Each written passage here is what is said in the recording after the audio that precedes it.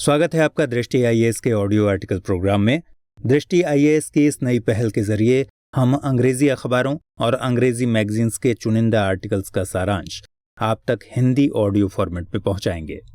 अगर आप अंग्रेजी अखबारों के एडिटोरियल्स या मैगजीन्स के चुनिंदा आर्टिकल्स को किसी भी वजह से नहीं पढ़ पा रहे हैं तो ऑडियो आर्टिकल प्रोग्राम सुनकर आप उस कॉन्सेप्ट को समझ सकते हैं और परीक्षा की तैयारी को बेहतर बना सकते हैं।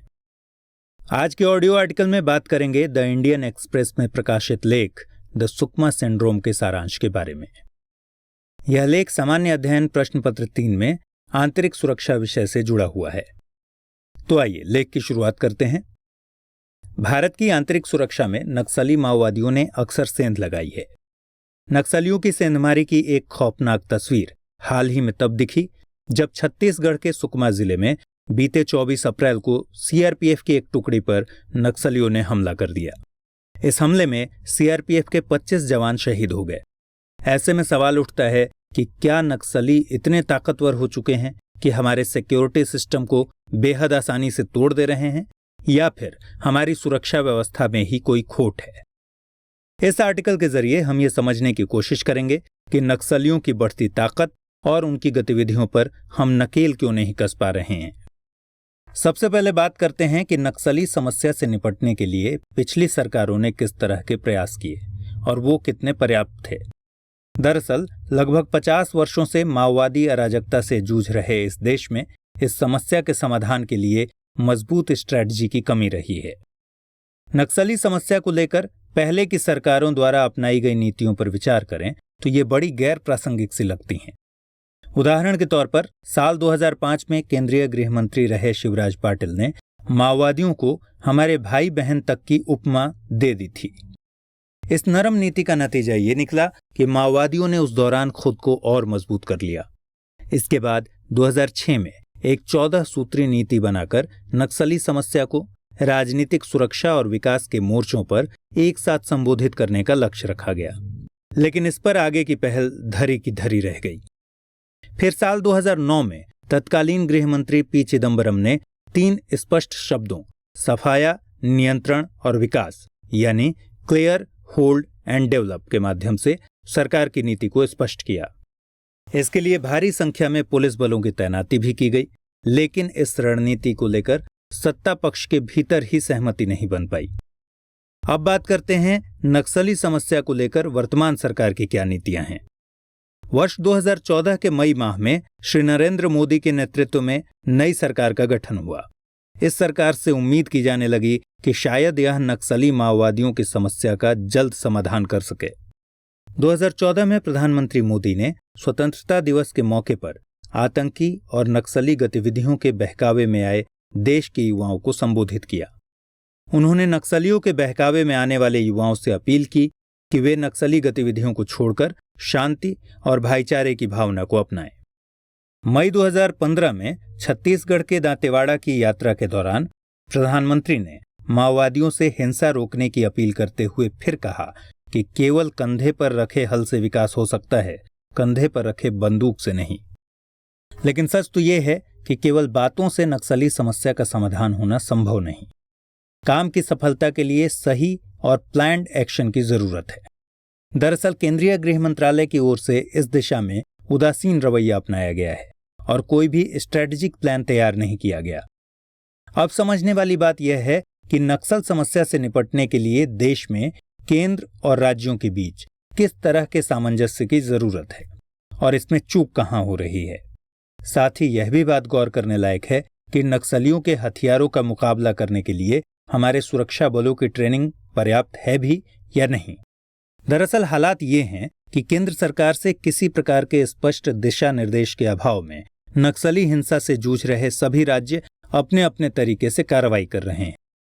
इस संबंध में सबसे बड़ा उदाहरण छत्तीसगढ़ का है, जहां राज्य पुलिस और सीआरपीएफ के बीच तालमेल की कमी और खुफिया जानकारियों को कम्युनिकेट करने में हुई लापरवाहियों की वजह से कई नक्सली हमलों को अंजाम दिया गया।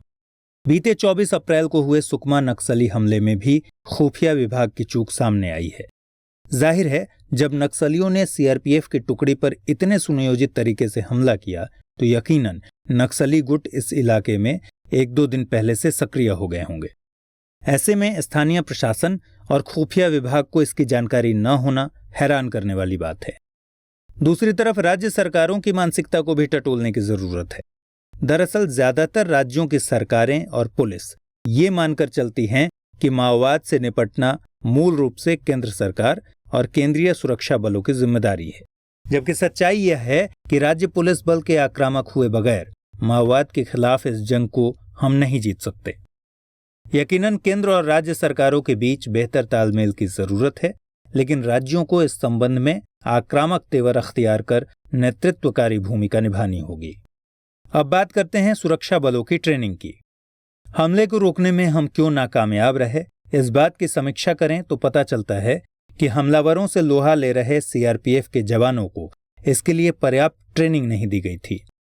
इतना ही नहीं, सबसे ज्यादा हैरान करने वाली बात तो ये है कि करीब 2 महीने से सीआरपीएफ के महानिदेशक का पद खाली पड़ा था।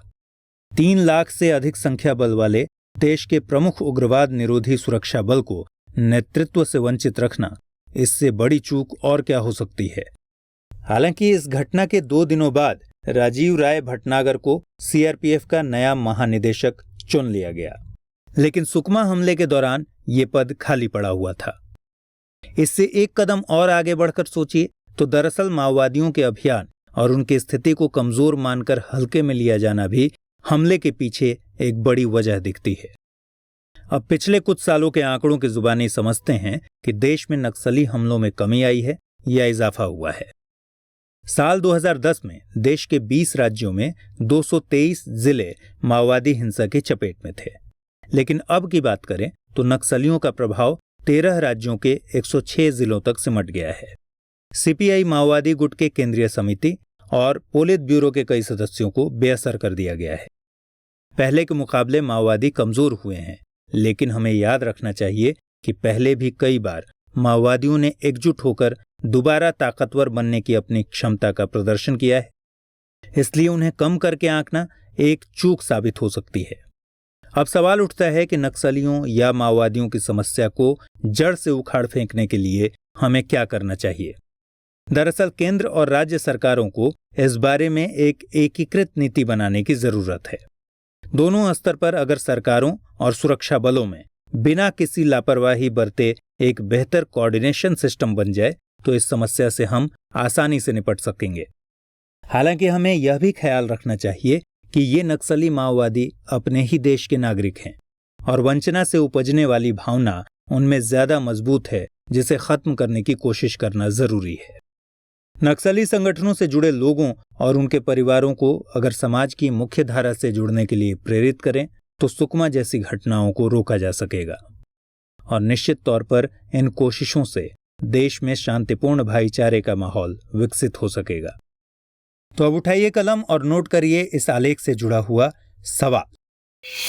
सवाल है कि भारत की आंतरिक सुरक्षा के सामने चुनौती बनकर उभरी नक्सली समस्या का निराकरण अभी तक नहीं हो पाया है।